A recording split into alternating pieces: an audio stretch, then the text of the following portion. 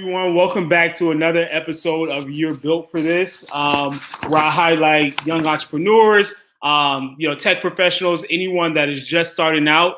We take a look at where they've been, we look at what they're doing, and then we take an inside look into where they're actually going.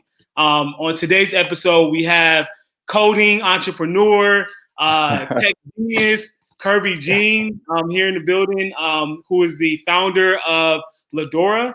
And I'm definitely excited to meet with him, just with his vast experience on the coding side, and just kind of get an inside look into his journey and what he's currently doing with Lidora. How you doing today, Kerby? I'm doing pretty good, man. Thank you very much for having me. Yeah, no This is my worries. first interview. Let's do it. Yes, for sure, no worries. So before we get into what you're doing right now, Lidora, I would love to hear about your background, man. Where are you from? How did you grow up? Well, just tell me about the journey and stuff. It depends. Like, how far do you want me to go? Let's start from the age of 10 years old. Oh, 10. Okay. I mean, you're missing the best part. Okay, well, let's go back. Let's go back to 1 year old. Well, I was born in Haiti. Okay. In like very, very deep poverty. And then at the age of 8, I moved to Montreal. So like that was a huge change for me. So, Montreal, it's cold, the people are different, and like like the environment is totally different. So it was a shock.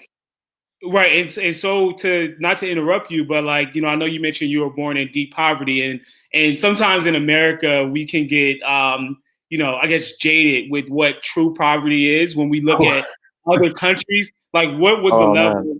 How deep? Like, how bad was it for you growing up? Like I can still feel the pain right now. Mm-hmm. You know what I mean? Like, how deep.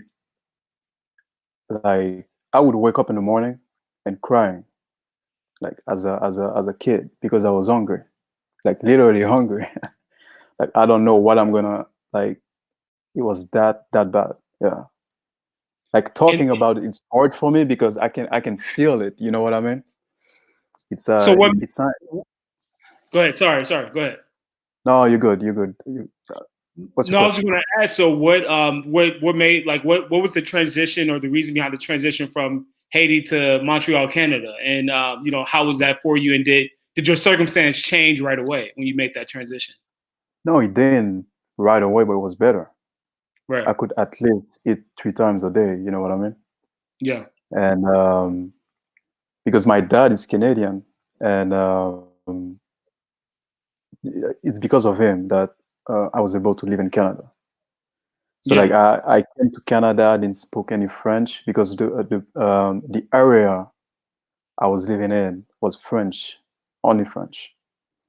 So I could not speak any French. It took me like 3 months to really start speaking and then start school. It's the same thing with here. Like, I came to Miami 3 years ago. I didn't speak any English. Are you serious? Yeah, I'm dead serious. But I perform very well under pressure, So when I have like a short period of time to do something, I'm gonna go crazy at it. So when I came here, I was like, okay, forget about French, forget about Creole, just English. And you talk with girls like they like talking. So yeah, that's how I learned.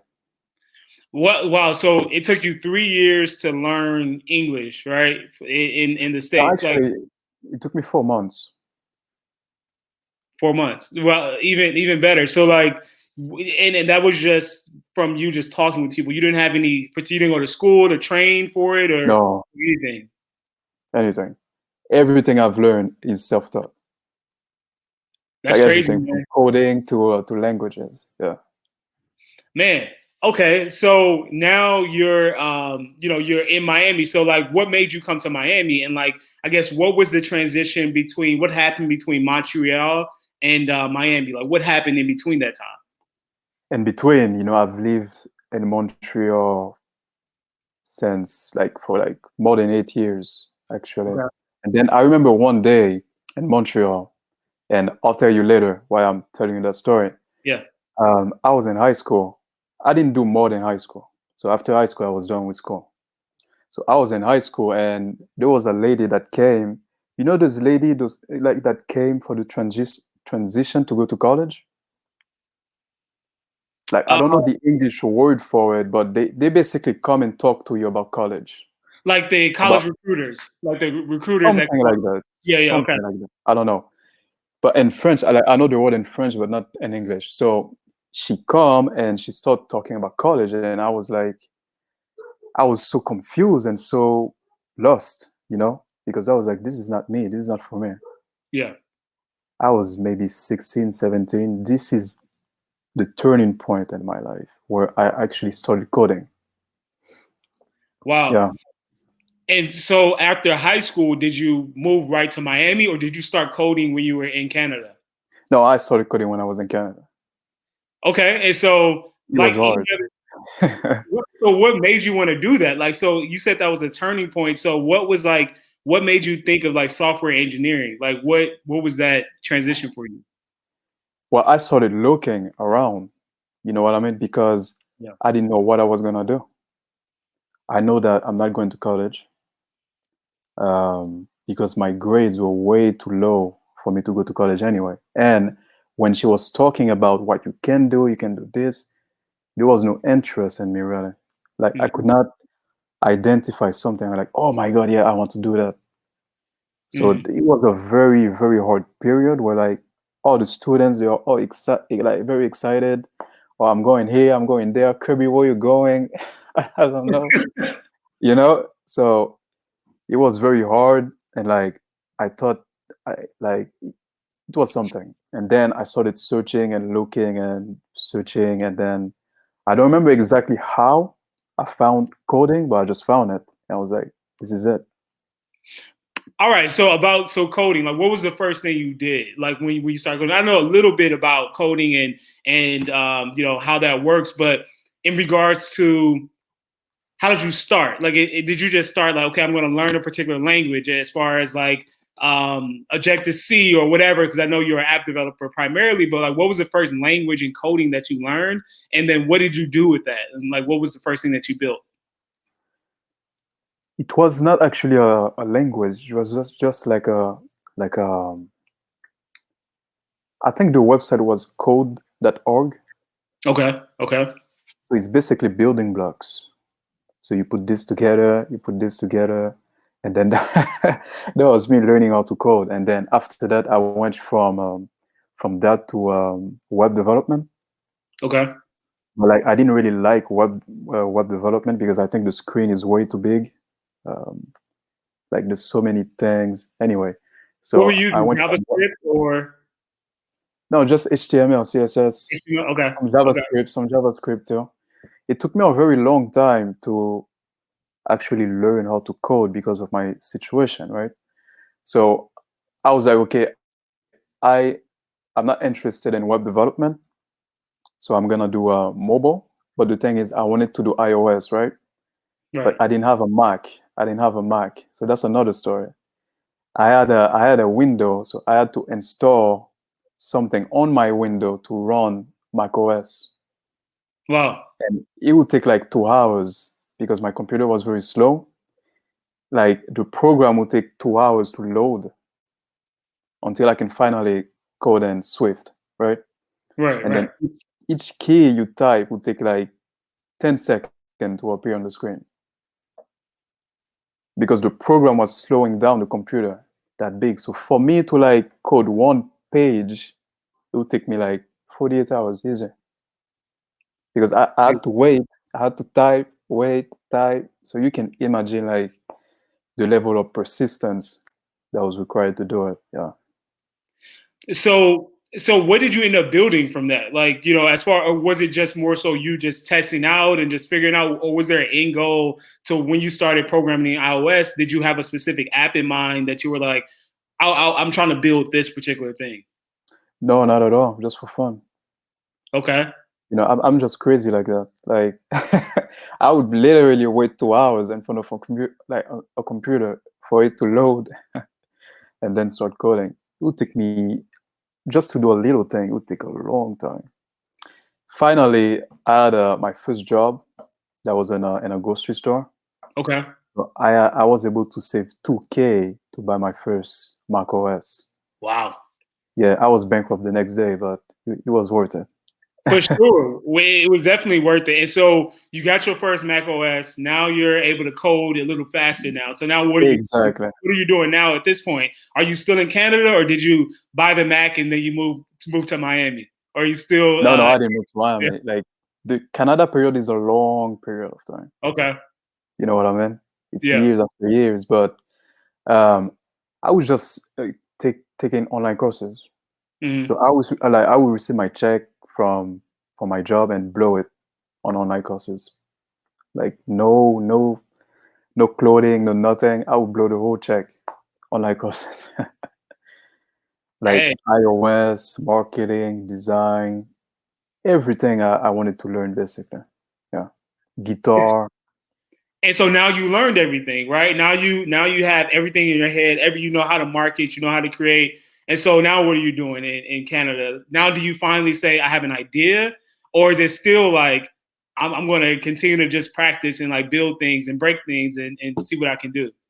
Yeah, my first idea was a barber app, right? I was still in high school.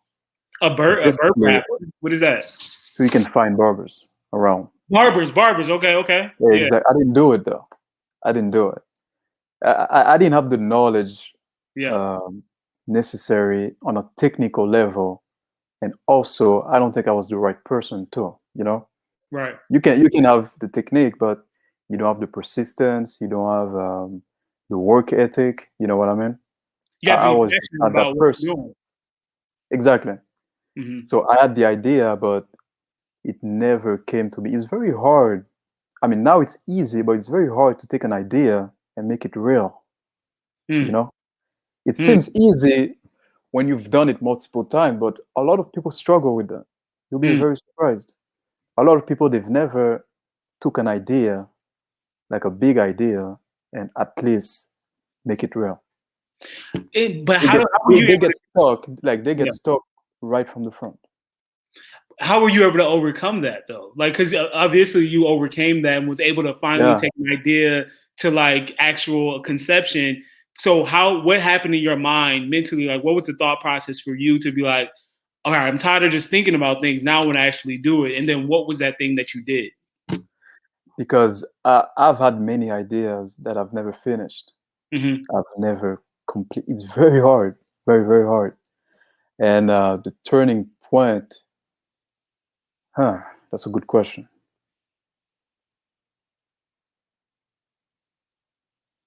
I mean, yeah, I guess it's like small step.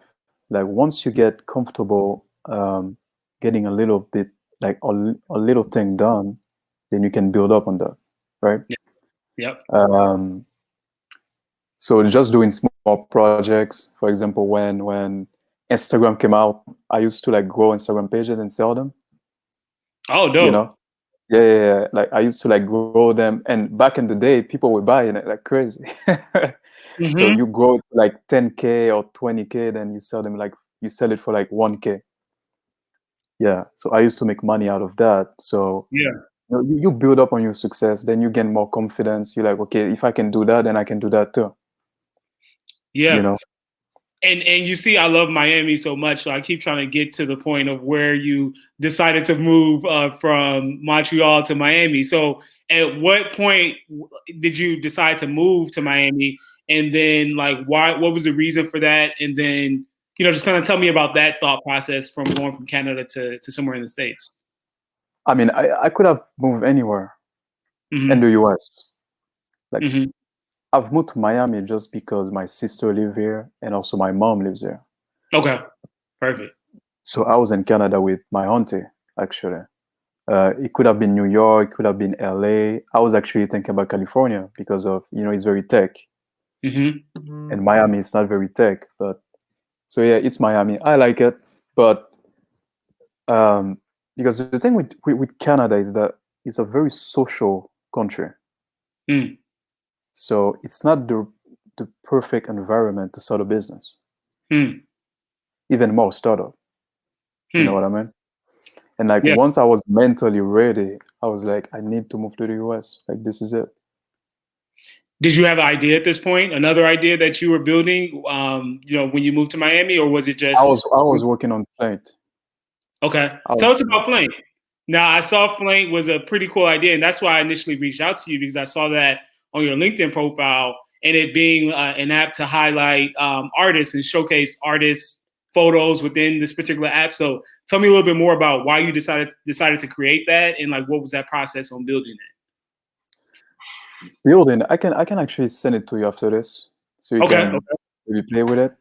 Yeah. The idea is still there. You know what I mean? Yeah. It's just took a very long time because it's so novel. Once you see it, you know what I mean. Okay. It's like nothing out there. It's so novel that it will take a very long time for me to put it out there. But it's still there. But if you take an idea like Lidora, it's very instant. Hmm. So you can add value to people's life instantly. Well, let's talk about Lidora then. Like Lidora is the company that you're working on now. If you like, give me a high level like overview about what it is and like how it works. So basically, let's say you're a chef, right? Mm-hmm. Lidora is like everything in one. So we take care of delivery, we give you a storefront, we take care of payment processing. So think of it of Uber, but for chefs. Okay. And Yeah. is this like an app for them, or is this like a web platform? Like how does it work? Well, it's a web platform. We're gonna launch an app specifically for the chefs, so they can have it on the phone. So it's like a dashboard, and then we're gonna launch an app so you can access the dashboard from your phone. Yeah. So what made you want to create this? Like, do you cook, or do you have friends that are chefs? Like, what was the inspiration behind wanting to help this particular niche environment? I do have friends that are chefs, but I'm not a chef. Okay. My cooking skills are not that great, but like I used to work at Starbucks, Mm-hmm. and there was this guy. His name is Alex. He was working with me, but he wanted to leave Starbucks to start his own business. It's basically Mm-hmm. cooking, and then people ordering from him, and this whole thing. So I said to myself, well, how are you going to take care of delivery?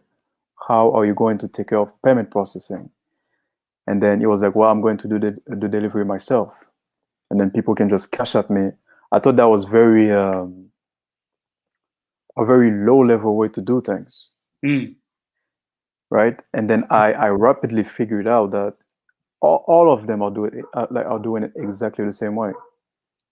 And like so they don't have like a product specifically for them to do that. And so this is more so for an independent chef. So we're not thinking of this isn't like to market for like big restaurant chains. These are for like, folks that are individual like me that knows how to cook and, really doesn't know how to, market myself or, get out there or deliver my food or whatever. All I know how to do is cook. And so your app is designated for those individuals and helping them get their brand out there and then also, deliver and get their food out there as well. Well, that's the hope for the future. Okay. But now we only deal with chefs that already got a following. Okay. Right? And we only deal with chefs. So basically, if somebody is not a chef, the platform is restricted only for chefs. But the hope for the future is that everybody that want to just have a side business to cook for other people in a very safely manner can be on the platform. Yeah, that's amazing. And then like going back a little bit, just because this is like important for, I guess, the listeners to know like who you are as a person. Like I saw in your background that you were a crisis counselor volunteer. Yeah. Like, you're a pet rescue volunteer. Yeah. You do French translating. So you have all of these volunteer experiences on the side. And like, I really want to like lean in more on the crisis counselor thing that you do right now, because I think it makes more sense now that I know your background and into how you grew up, into why you do what you do on the volunteer side of things. So Could you tell me about like why you decided to do some of the volunteer work that you do, and then how that relates to how you build your companies and how you plan to build your company, and making sure that the things you do are impactful for society? The crisis counselor thing. First of all, I like animals. Mm-hmm. You know, so to me, the pet, like I used to go to Petco and just help them out, you know, just for free. What's your favorite animal of all time? If you could just Ooh, the lion, one, the lion, a lion. a Okay. lion. I could like watch documentaries about lions for hours without getting bored. I could watch documentary about animals without getting bored. I do that a lot actually.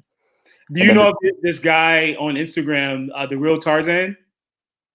yeah, I Yeah. follow him. Yeah, cool. Yeah, I just saw a interview with him on another platform, and he was just talking about his passion for animals. So you kind of reminded me when you said like how much you love animals. It's similar to like how he grew up, and like he was just obsessed with like just animals. So that's cool. I like dogs too. What's your animal? Man, this might shock you, but my favorite animal of all time is an elephant. Yeah, I like. Yeah, very Elephants, wise. man. They're the biggest. They're one of the biggest, like species, but they kind of move different. They move slow. They move very strategic. No one really messes with an elephant, like because they're I've always wondered how smart they are because I feel like we don't know enough because right. I feel like they're very smart. But you would never know it, and You so never know. that's why I like. That's the thing. Yeah, That's like why I they're like very elephants. silent, very Because silent. you really don't know what they're capable of. Like you just see Exactly, that you see this big dominant feature, but you really don't want to mess with it because like you just don't know enough about it. exactly. Like, and that's very scary. I think Exactly. that's why they've been around for so long. It's because they don't reveal much. You know. Exactly. Exactly. Um, what I was saying. So we were talking about the crisis counselor, and then Yeah, you the yeah. crisis counselor. I mean, I've been through so much that Mhm. you know. I really don't think there's much that can hurt me. Wow. Like, so to me, like listening to other people, I'm in a position where I can give very good advice to like, okay, so you're dealing with this, well, this is what I would suggest, Hmm. and this and that and that. You know, I've really been very good at that. You know, Right. just listening to people's ideas. Did you have to go through a specific training in order to be a crisis counselor, or is it something that you just do as a passion on the side, or did you have to do any formal training for it? I mean, they do have like a little program. Hmm. Like it depends on the company. Yeah. And so how were you able to take that passion for like helping people and like channel that energy into Flame, and into Lidora, the apps that you're creating? Like, do you have that in the back of your head when Oh you're yeah, for sure. creating these companies? Like, I need to Yeah. help as many people as possible. Hmm. I mean, I've always been um, wanting to help. Like, I think you like either get it or you don't. You Hmm. know, like I don't think it's everybody that think about the public in that way, Hmm. right? I think a lot of people they are very self-centered around their life and their life drama. Hmm. Like they don't see, and I like like maybe I'm completely wrong, but like they don't see exactly um, they don't see the big picture. I would say, Hmm. they get distracted very easily. I've never been that way. Yeah. Like never. I've never followed trends. I've always been able to like, okay, how can I help that like these people, and these people? Yeah, I love it, man. And I have a question about your background in regards to not going the traditional route. And I know you mentioned it a little bit of why you didn't want to go to college, but you have software engineers now that go to MIT, go to Yale, go to Princeton, go to all these big schools to learn how to code. But Hmm. you essentially didn't go that route.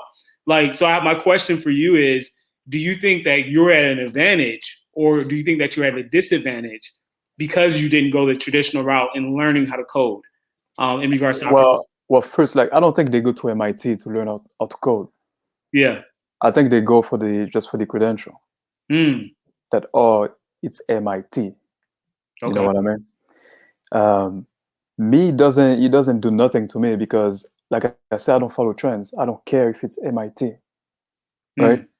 If somebody come to me and say, "Well, I would like to build with you," I was at MIT. I really don't care. Like all I care about, what have you done? You know what I mean? Yeah. But like it could be anything. Like I don't care about, because MIT is very popular, right? I don't care about what's popular. Yeah. Because it's just not of value to me, right? Amazing. So if I feel like I'm at a disadvantage, I really don't think so. I really don't think so. And I agree. I agree with you. And I was just asking to see your perspective. Like I think, just as far as being able to learn on your own and kind of create your own vision and your own path for your life is definitely valuable. And you're not in debt. You don't owe any money to any college. You didn't spend $500,000 on a degree. You learned it on your own essentially, and you're trying to generate success for yourself. So I think that's just as valuable as anybody, that went to a 4-year college or something like that. And I think like the beautiful thing about learning by yourself is that you learn what you want to learn. Yeah. And you're very interested in it because this is what you want to learn. It's not like if you go to college, there's always gonna be things that you don't exactly want to learn, but you have no choice but to learn. Therefore, like the learning process is very long, it's very stretched, but it doesn't need to, right? For example, you could learn in real life something in 3 months, but if you go to college for it, it will take you like 2 years because it's so stretched. I don't like that. Yeah, I love what you said. You learn what you want to learn. Yeah, exactly. That's the advantage that you have because you were able to learn marketing.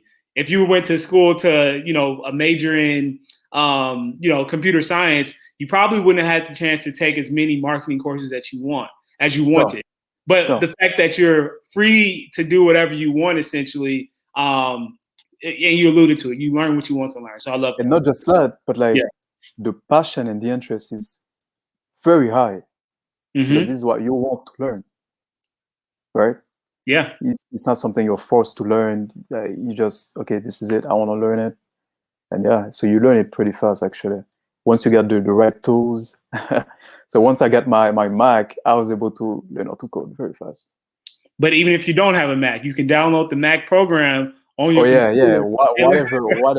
Whatever route necessary. That was a stretch. Like I had to hack the system a little bit. Yeah. But like you find ways around things, and that's how I think. It's like second nature to me. And what do you recommend for like kids, like, the kids back in Haiti right now, right? The kids in LA or whatever that are trying to learn how to code. Like, is there a particular language that you suggest that they learn how to code with? Or what is your advice to that young kid that wants to be like you one day and be able to try to create his own company? Well, like it depends on what you wanna build. If you know what you wanna build, then the language will differ. For example, if you wanna build robots, right? You don't need to learn HTML. If you wanna build like intelligence, like machine learning, maybe Python will be better. So it's like it depends. Like it really depends on what you wanna build. So like I would say it depends on that person's vision. But if you don't know, you could start with web development because it's very easy. Like it's pretty straightforward and easy. Yeah, find what you want to do, and then you learn the language. And like bro, exactly, And the just thinking about it on a deeper level, the fact that you had to learn French, right? You had to learn English, and then you had to learn coding language. Like these are all languages These are essentially that you languages. have to learn over time. But now that you're saying that, I think if I put all the languages I know, I think it's 8. Yeah. So that would be like 4 human languages and 4 computer languages.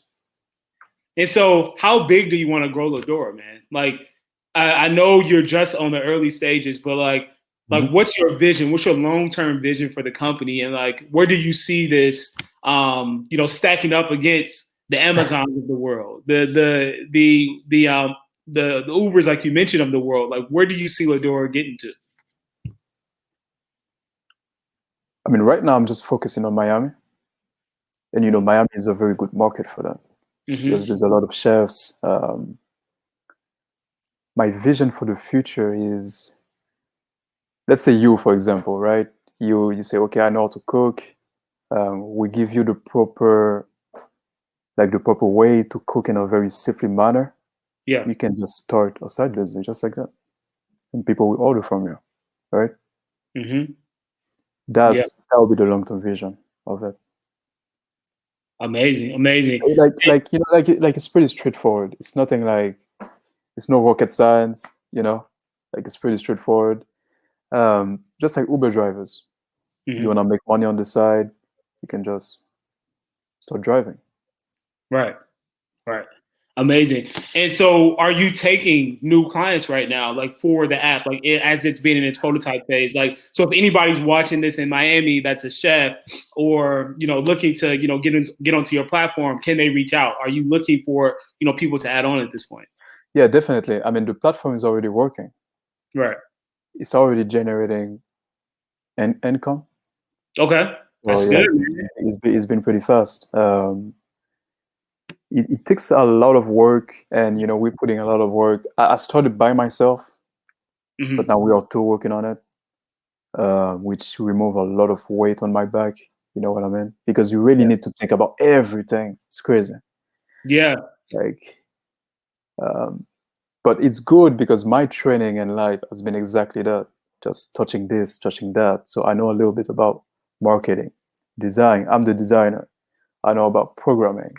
I know about putting a project together, getting a project from zero to reality. You know what I mean? Amazing. So it's almost as if everything I've done so far prepared me for that moment. It's crazy. Everything that you've been through, not even everything that you've done, everything that you had to go through as a child, literally has prepared you for this exact moment and you building this company, which is crazy. And so in regards to the future, are you looking for investors at this point? Like if there's an investor right now watching this, like what is your, like, are you accepting all investors at the moment? I mean, the whole system is paying for its own bills. So I'm not really looking for investors, and I'm not looking to grow it too fast either, because I think that will kill it. So we need to focus on building product that people really love first. I don't think we're there yet. Develop the proof of concept, and then investors will come. You don't look for it. They'll look for you. People are using it, but I don't think they are in love with it. You know what I mean? I think we still have a lot of work to do. Man, I love your mindset, bro. You're on it. You know exactly. You don't want to grow. Yeah. Like you gotta be honest with yourself too. Yeah, that's amazing, man. And so I have one final question for you. All right, so if this is a 2-part question, so if there's one thing that has led to your success now as a app developer, what do you think that one thing is? As an app developer? As just being a visionary and creating Lidora and creating this platform, what do you think that one thing is that has led to the success of you beginning this future success, if that makes sense?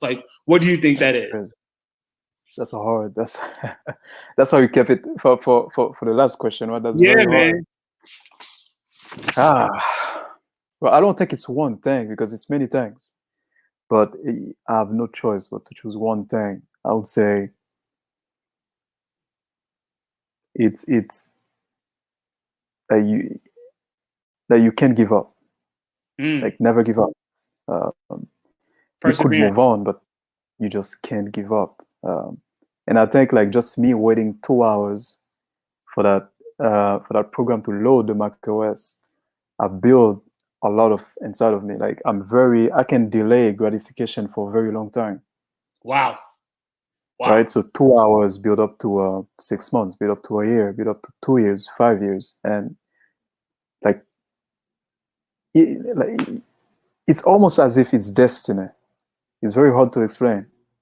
But all these hard things happening to you, you're waiting 2 hours, you're waiting like 3 hours for the bus to pass, and it's building you. It's That's building you, and one day an opportunity will come for you to use all that power, mm. and you gotta be able to see it, because if you don't see it, you're gonna miss it. So that's why a lot of people, they struggle. They have power, but when an opportunity come for them to use it, like they don't see it. They're not present enough, I think. Amazing. And then the second part of the question is, if there's one thing, another one thing question, if there's one thing that you think you need to improve on to get to that next level, what do you think that is? I think definitely my people skill. Okay. Like I'm not introvert, um, but I think like people skills in terms of um, putting myself in a position where I can attract the best people that I can possibly attract. Mm. Yeah. I And like this lockdown hasn't made that very easy lately. So yeah. Yeah. because dealing with people is very essential when it comes to building something. Yeah. And I've been going through life by myself, so I'm very dependent on myself. You know what I mean? So it becomes very hard for me to work as a team because I'm so Mm. dependent on myself. I could like work 48 hours straight and then just do the work and not like delegate. And so I had to learn how to delegate. So okay, you can do this, I'll do that. It's very hard for me because I have to wait on that person to do this, and I'm very fast. Yeah. So I think, and patience come, and then you gotta be able to understand not everybody work the way that you work. Yeah. Not And everybody got the same passion that you have too, and the same energy. right. Right. And you trust them to get the job done for you. Exactly, and it's been very hard for me, and I've been able to like work around it, but it's been very hard because I always expect people to like, before I would expect people to be exactly like me, Mm. to like just get it done. But some people work slower, some people work faster, you know. You're a robot, man. Like you're gonna find too many robots Nah, that's been through the things that you've been through, man. Like you don't come across people like you all the time that's been through what you've been through, able to persevere what you had to go through, and then end up in this position. There's not a lot, so you find those people, hold on to them dearly, and then your company's going to grow to however high you want it to grow. So that's amazing, man. I mean, yeah, it's yeah, we've been working a lot. I guess we can tell because I'm not very hype right now. Yeah, It's been very tough. It's been very tough. Like you gotta stay very fit. I would say to anybody starting something, because I think if you're not physically fit, mm, then you're going to underperform a lot. mm, So you gotta like work out every day or mm. every 2 days. Stay mentally fit. For example, I play chess. I like playing chess. I don't know if you're a chess player. I've recently gotten back into playing chess. I used to play it Yeah, back in the day, but Queen's Gambit, the show on Netflix that everyone's like been talking about over the last few weeks. It's definitely brought more people to playing chess. So I know how to play. I know the rules, but you probably can beat me in chess. We might have to but play virtually one day. I think chess is a very good mental exercise. Yeah. What's So your I was favorite piece? on the chessboard? Ooh. I know what mine is. I'll let you, but I want to hear yours. The king, sure. I use the king a lot. Like I can beat somebody just by moving my king around. And I think it's a self-reflection of me, like just counting on one piece. For example, in my life, counting on just myself. Mm. So I need to change that around, you know. I need to move more pieces. And so mine, I have two. So, but I'm gonna stick to my own rules and choose only one. I would say the queen, man. The queen is my favorite. The only reason why is because that's the only piece on the board that can literally do everything, right? Hold on. So because in French, so yes, that's the queen. The queen is hold on a second, because I got it So, confused. yeah, The queen is the one you can move everywhere, right? correct. Like diagonal, up, down, many The spaces. queen. The queen. I got it confused for the king. Okay. The queen, yeah. I move the queen a lot. All the If you're ladies, good, we can play sometimes. bro. We can play virtually, Yeah, man. Sharpen up yeah. your Like skills. I'll let you know. Okay, for sure, man. And so that's pretty much it for me. I really appreciate you joining, man. Again, like I love your story, and I think a lot of people will resonate with how you grew up and where you're looking to take this business. So hopefully we can connect in like 3 to 6 months again. See where you're like currently at with Lidora. It's probably going to be like big by that time. So like I definitely wanted to stay in touch with you and see how far you can take this business, but. Like I like to end every episode, I want to just like tell you specifically, Kerby, and I want to tell anybody that's watching this to trust the process, enjoy the process, love the process, because you are built for this. Like you're literally built for this, and especially you, man. Like I love it. You've been through it, so you're built to stand this test. So I'm excited for where you're taking this, and I look forward to where you're going with it. Yeah, man. I would love to come back anytime. For sure, man. Well, thank you so much. I really appreciate it, bro. All right, thank you so much. Okay, peace.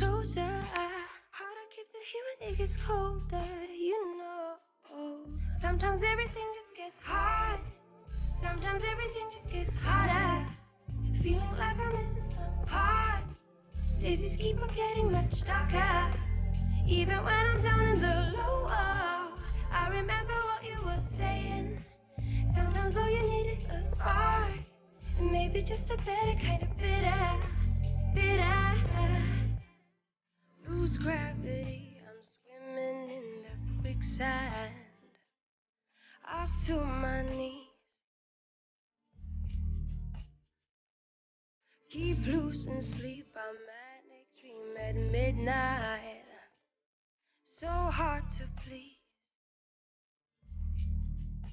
Drowning in fears, it's like an ocean.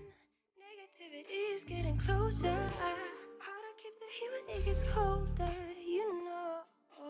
Sometimes everything just gets hard. Sometimes everything just gets harder. Feeling like I'm missing some part.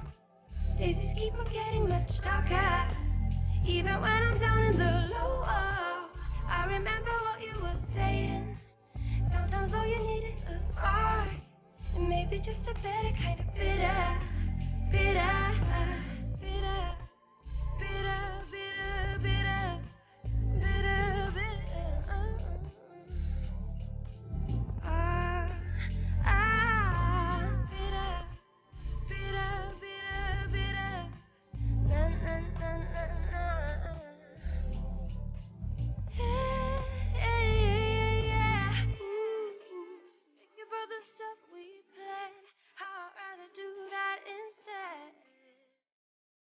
Keep screaming out loud from the top of my lungs, baby, ooh, think about the stuff we planned, how I'd rather do that instead.